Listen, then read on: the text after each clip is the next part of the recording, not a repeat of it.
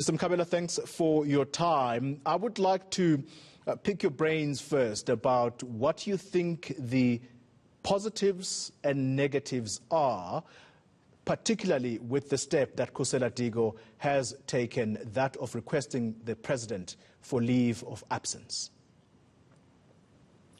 Good morning, Koli. Well, starting with the positives, the mere fact that she took the decision to step aside on its own, it's actually commendable in light of the fact that we know of many instances where people arrogantly remain in their positions, notwithstanding some of the worst allegations of corruption we have heard about them. So in this case, I think it's commendable that she acted differently from what we have seen lately. And especially because she is the person who speaks on behalf of the president, a president who took over that position at the Union Building with the promise that he was going to undo all of the wrong things that have happened under the presidency of Jacob Zuma.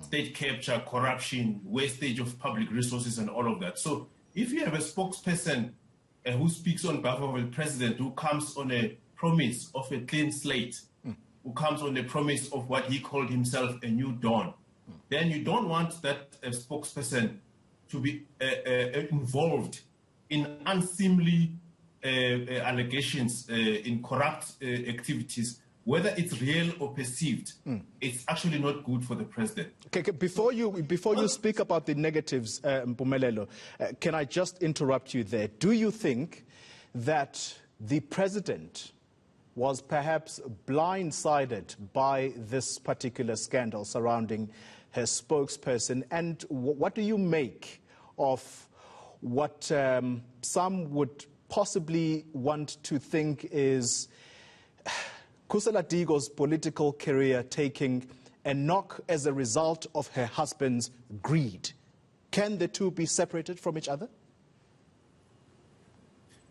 Well, the reality is that it's difficult. I mean, even in law, it's difficult to separate the activities of a husband or from that of the wife, or vice versa, because these are people that are by naturally very intimate people. However, it's easy to separate activities of maybe a son or a daughter from their parents. But so it's a whatever the husband does, if he gets benefits and it's perceived to be benefits associated or linked with that of her spouse, then it's going to create a public cloud, especially because you can see some of the things that are going out on social media. Some of them still have to be confirmed. Yeah.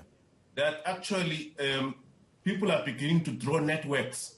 Who was Khusela Diko associated with politically in the ANC? Yeah. And then they are beginning to say, okay, what has the husband derived from that? And once people begin to draw those kinds of links, and they are beginning to draw and find some evidence of the husband benefiting from political links or political associations of Khusela Diko, then it makes her and her family look like they're the corrupt people. And clearly, those are the kinds of people that you wouldn't want the president to be associated with. Not least a president who came, as I said, on a ticket that was supposed to, a clean sweeping ticket, a ticket of corruption-free South Africa, state capture-free South Africa, and a promise of consequence management. Mpumelelo, because of time, I'm sorry to interrupt you, but let's wrap this conversation. And on a day like this, when the country bids a final farewell to one of the leaders that led during the time of extreme difficulty in the country, and one of the descriptions about Andrew Mlangeni is that he was a man who served the people, expecting nothing in return. And then you have these allegations of corruption that surround some of the ANC leaders. Talk to me about what it is that MEC Masuku, who now also is part and parcel of this scandal, should be doing at a time like this. He should resign with immediate effect. I see a lot of people are saying he should step aside pending the investigation. In my view, he should resign with immediate effect, and if he doesn't resign, the Premier should fire him. Because it's only when you do such drastic measures, Koli, that you can actually show the public and you can show the rest of the cabinet in Gauteng or anywhere in the country that you're taking corruption seriously. People want to see action at the highest level of government.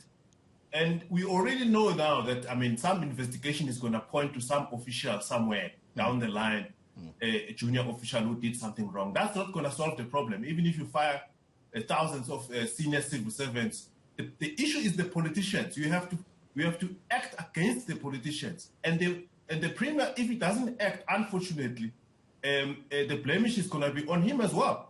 All right. Pumelelo Mkhabela, thank you very much for your time. Political analyst with the University of South Africa.